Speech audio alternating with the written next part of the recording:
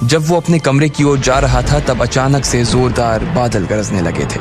Lucky को लग रहा था कि आज बारिश होने वाली थी, इसलिए वो भागा भागा आया और अपने कमरे में घुस गया। पलंग पर लेटकर वो अभी भी डिम्पल को ही याद कर रहा था।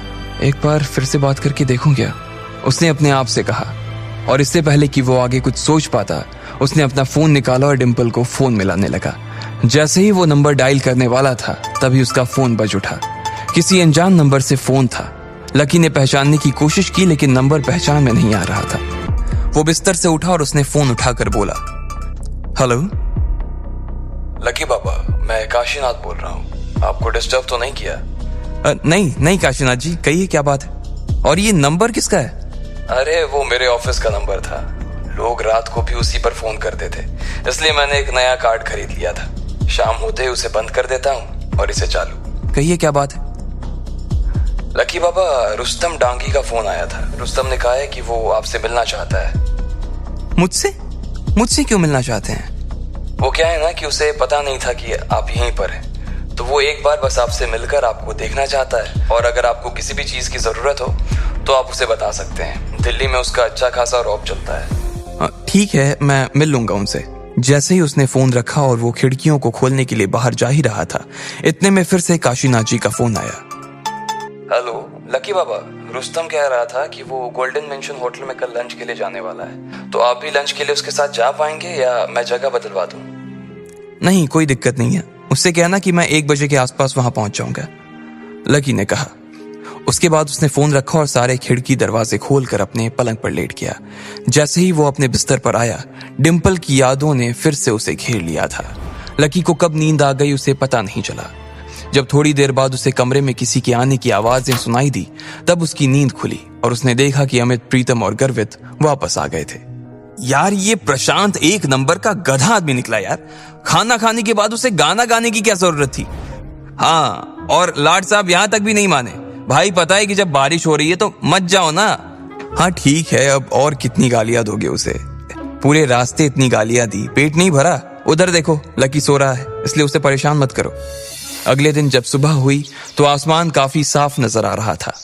दूसरी और तीसरी क्लास के ब्रेक के बीच जब लकी ने थोड़ी देर सुस्ताने के लिए अपना सिर बेंच पर टिकाया ही था कि अमित भागा भागा उसकी क्लास में घुसा और लकी को झटकते हुए उठाते हुए बोला, लकी, कोयल के साथ गड़बड़ हो गई।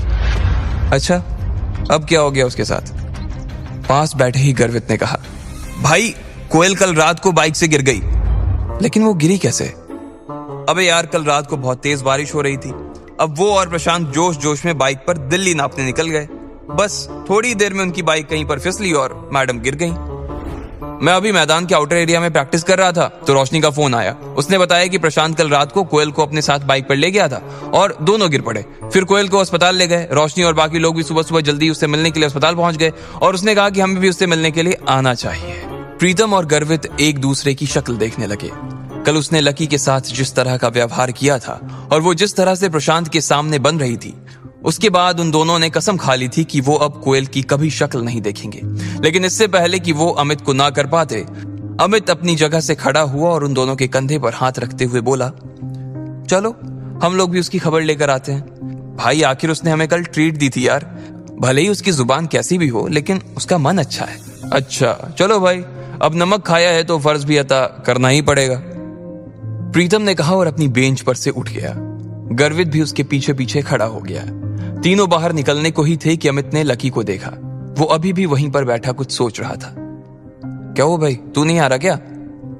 नहीं यार, तुम लोग जाओ, मैं नहीं जाऊंगा। अगर मैं आया ना तो उसकी तबीयत मेरी शक्ल देखकर और खराब हो जाएगी। इधर जैसे ही वो लोग कॉलेज से बाहर निकले, उसके थोड़ी ही देर बाद लकी भी बाहर आ गया था। उसने कॉलेज से थोड़ी दूर जाकर अपने लिए एक टैक्सी बुलाई और सीधा होटल गोल्डन मैंसन के लिए निकल गया। जैसे ही लकी गाड़ी से उतरकर होटल में गया तो उसने देखा कि वहां ढेर सारी गाड़ियां खड़ी थी। वो बिना इधर उधर की चकाचौंध पर ध्यान दिए सीधा लिफ्ट की ओर चला गया। उसने अपना फोन निकाला और देखा उसमें लिखा था कि उसे कमरा नंबर 888 में जाना था। लकी ने फिर से अपना फोन जेब में रखा और जैसे ही वो लिफ्ट का दरवाजा बंद करने के लिए बटन दबाने ही वाला था कि उसने देखा कि एक सुंदर सी लड़की उसकी दिशा में बढ़ती चली आ रही थी।